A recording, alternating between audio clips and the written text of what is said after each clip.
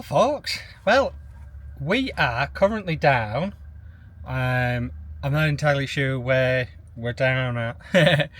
We're down at a service station at the moment, just grabbing something quick to eat and drink.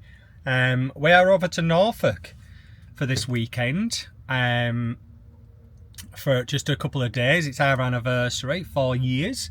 So we're just having a quiet weekend in Norfolk. First time in Delilah the camper van. So we're quite excited about that. I've absolutely ramped on and I've got loads done in literally like a week. Even I've surprised myself by how much I've got done. And then I've run out of things that I could do in the immediacy.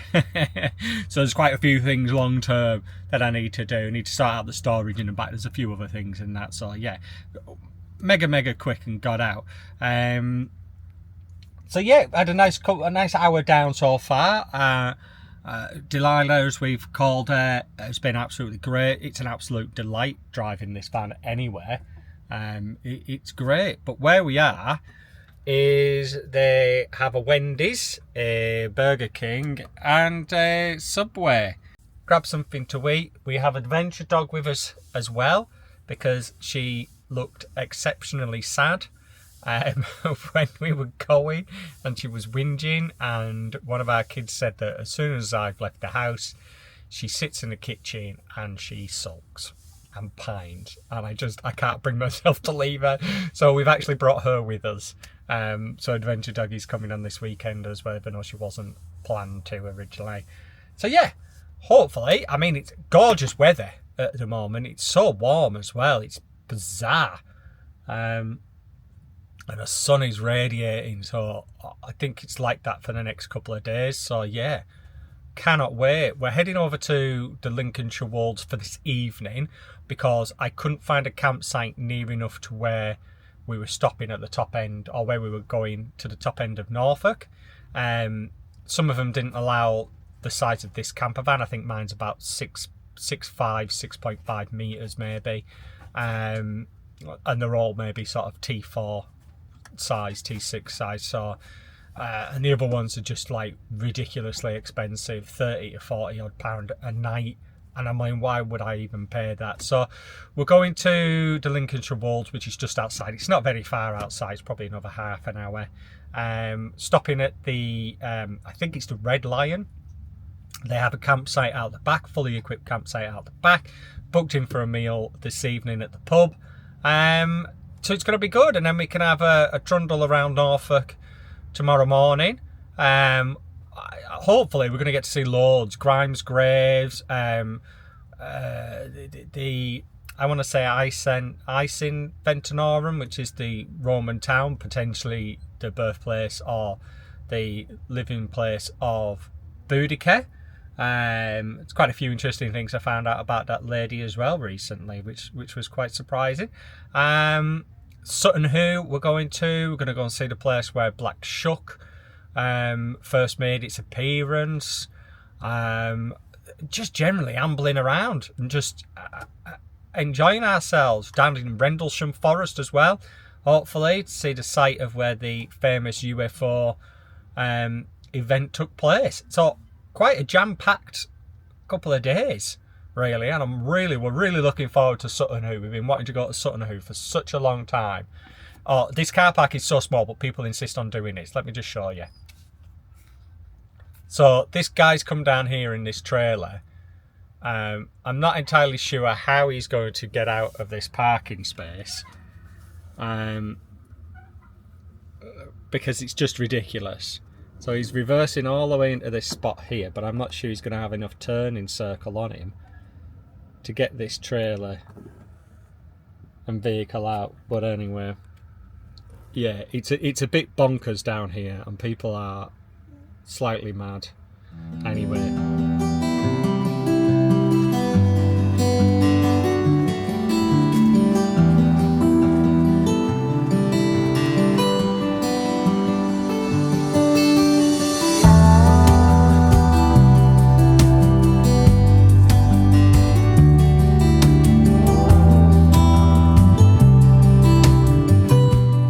alright folks, so our first stop of the day, we are stopping at the little 16th century church in Tattershall today to maybe go and see the grave of the legendary Tom Thumb, actual Tom Thumb. So this character was very, very small, and he lived in Tattershall around the 1620s. A lot of different bits of information on this chap, so I will try and kind of do a bit of a voiceover maybe and look at it. But unfortunately we've arrived on the day when the castle itself isn't open, even though it's a National Trust place, and it looks absolutely fantastic. Look at that. And you can just see it peeking through the things there. Tattershall Castle looks amazing.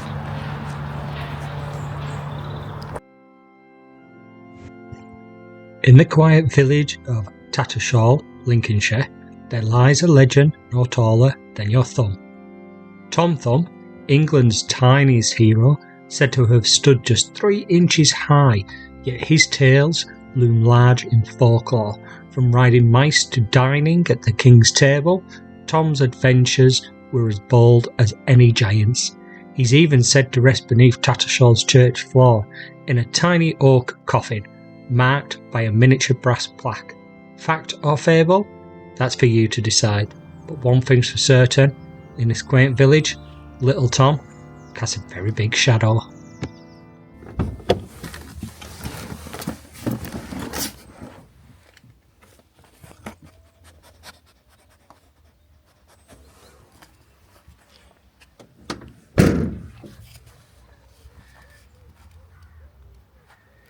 Right, so, yep, as predicted, the church and the castle were both closed, so we couldn't gain any access to it, which was a shame. So I will have put some pictures up of Tom Thumb on the little bit of video there, but we are now currently at the Red Lion in East Kirkby, I believe it is. So it's a pub with a campsite as well. As you can see, we are literally the only people here. Apparently in summer it does get really busy, and you have to book into the pub to make sure that you can get a seat, but there's plenty of pitches here. We've got electric hookup for this evening. So yeah, it's a very pleasant site. It's very basic. 17 quid a night at the moment, so I can't knock that really for a pitch with electric hookup as well. So yeah, very nice. Kerry believes that she is going to be going on this shortly. I'm not sure I would personally trust going on that. I feel like I might just go right through the floor and break something. So we're going to just piddle around, get set up with stuff now, and then just chill until later this evening. Happy days.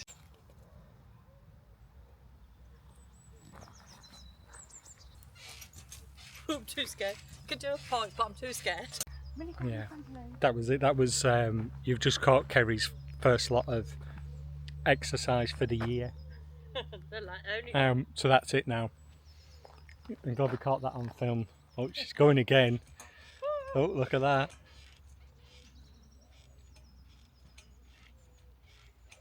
I don't really think it's made for adults. Sick.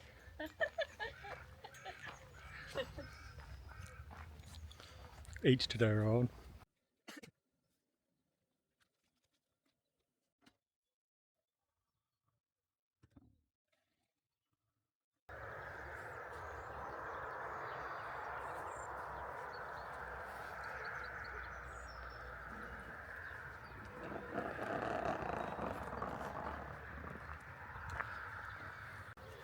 Good morning from the Lincolnshire Wolds, or more or less from Lincolnshire.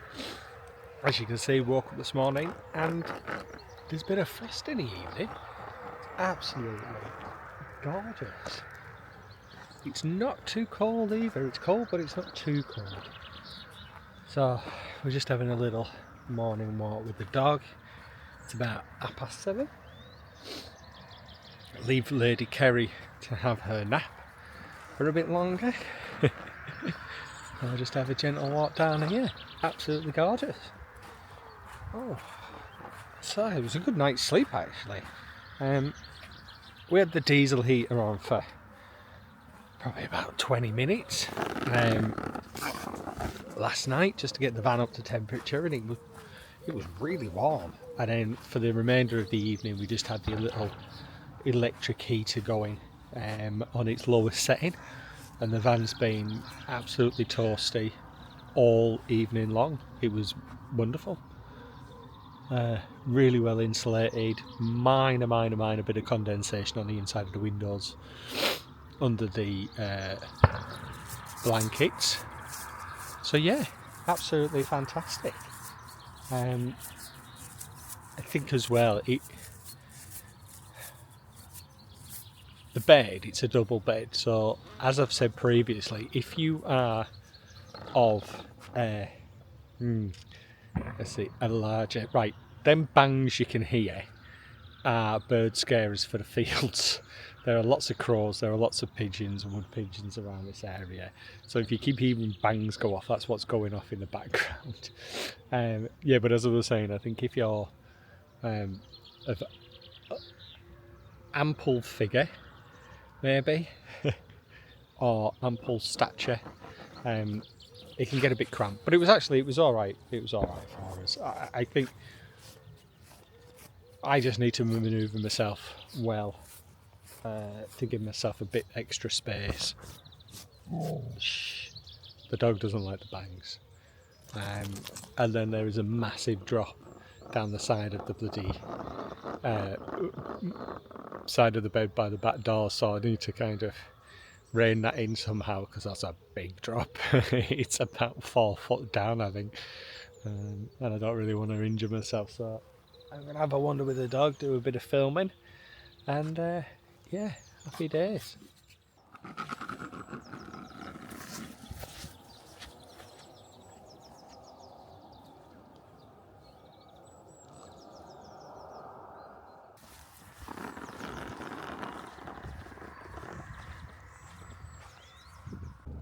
The Marshall history of the North East is really interesting. Alright folks, we are all packed up, and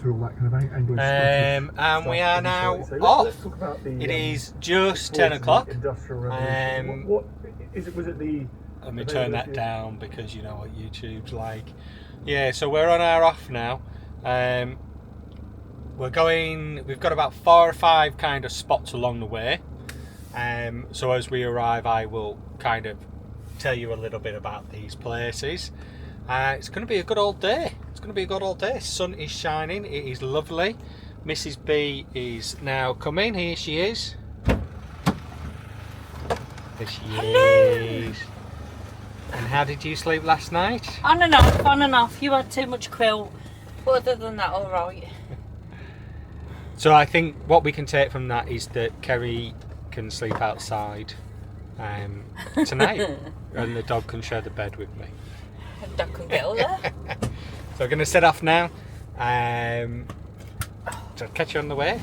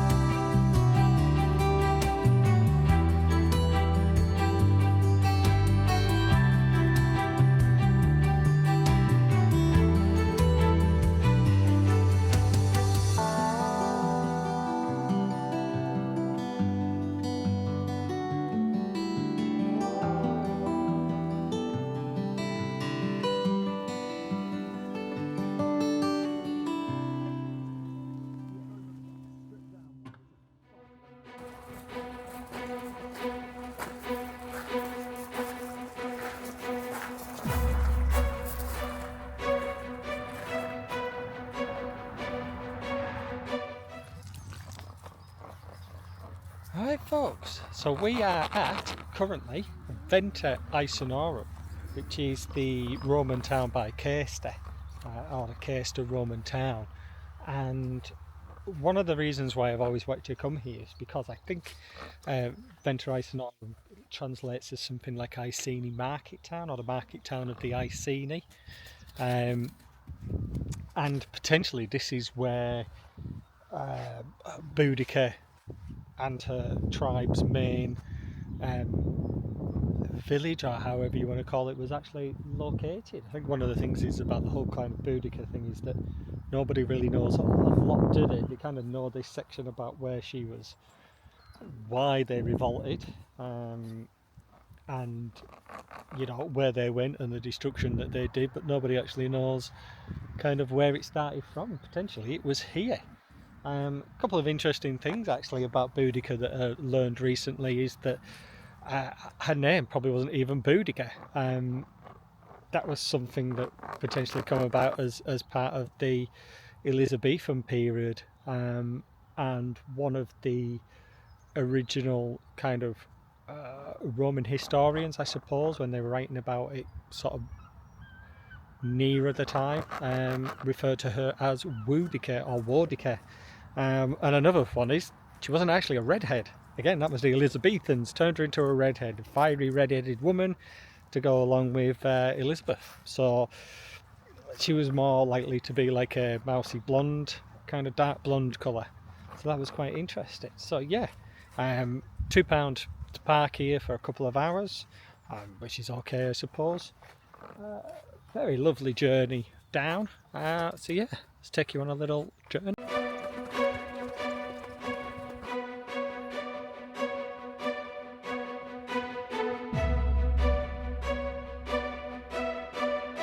So as we have a quick wander through the town, it's worth noting that they reckon there would have been about 2,000 people living on this site.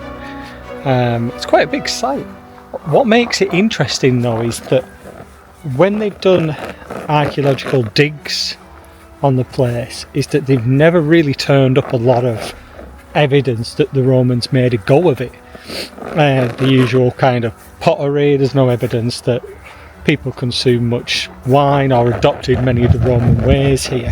And I think one of the theories I've kind of heard is that this place was built by the Romans as a kind of punishment to the Iceni after the revolt, and the Romans never really put any effort into it or made a go of it, and they just kind of left it to be this bit of a backwater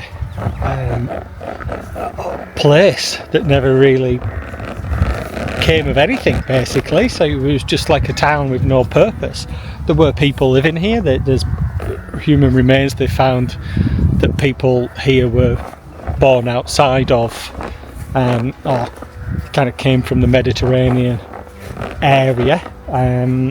So yeah, I think it was just kind of a town for a town's purpose rather than a big fancy Roman town, and for the Romans to stamp a mark on the Iceni territory and say, look at us, we destroyed you all, and haha. But again, there's very little here now as far as Roman remains go. It's all pretty much under the ground. So you say Roman town, you think like there'd be loads of ruins, like maybe Roxeter, but yeah, there isn't really. Yeah, it's a big old site though, big old site.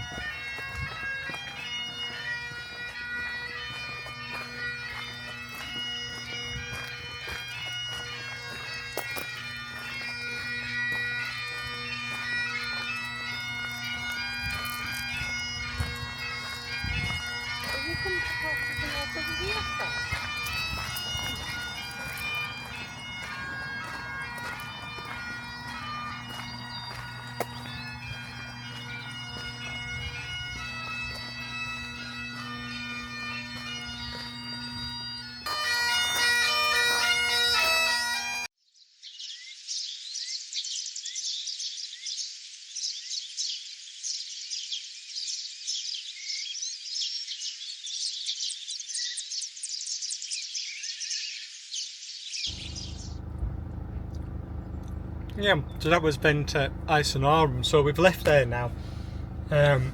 We've had to make a quick stop. I have booked somewhere this evening that I didn't realise I needed a loo for, so we're having to make a very quick pit stop to buy a new toilet for this evening, because we've got no option basically. So we're here, and then we're kind of going to go on our way to Blytheburg. So we're currently at a place called Little Movers, which is a camping and leisure supply place.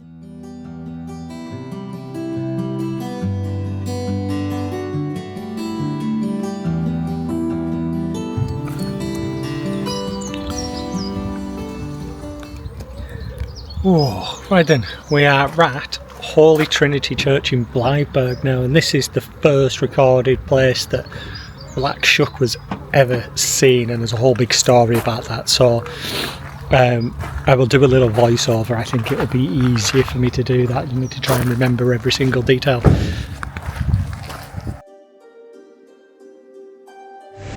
August 4th, 1577.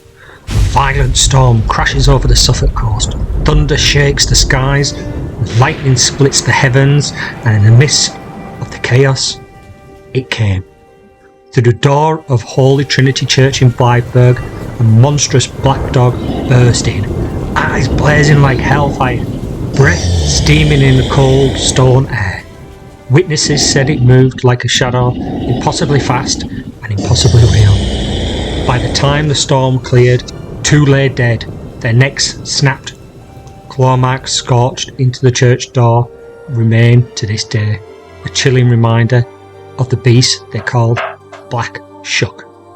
Was it a devil hound, a ghostly omen, or something darker still, prowling the edge of belief and fear?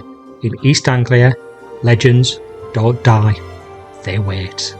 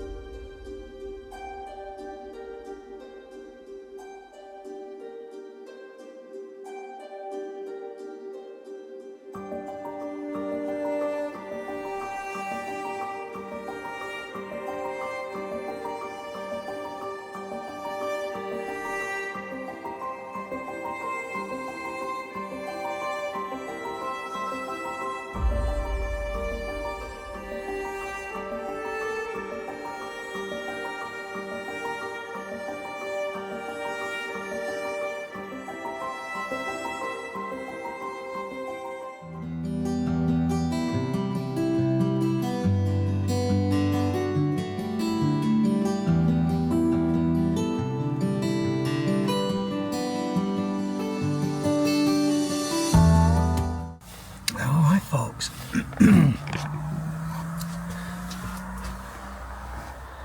right, we are currently at Arthur's Retreat now, over in the county of Suffolk. Just getting some tea on, with some nice bao buns and a Korean sticky barbecue chicken. Busier, it's full, the site is full I think, from the night before, which is a surprise. So I'll take you for a little wander.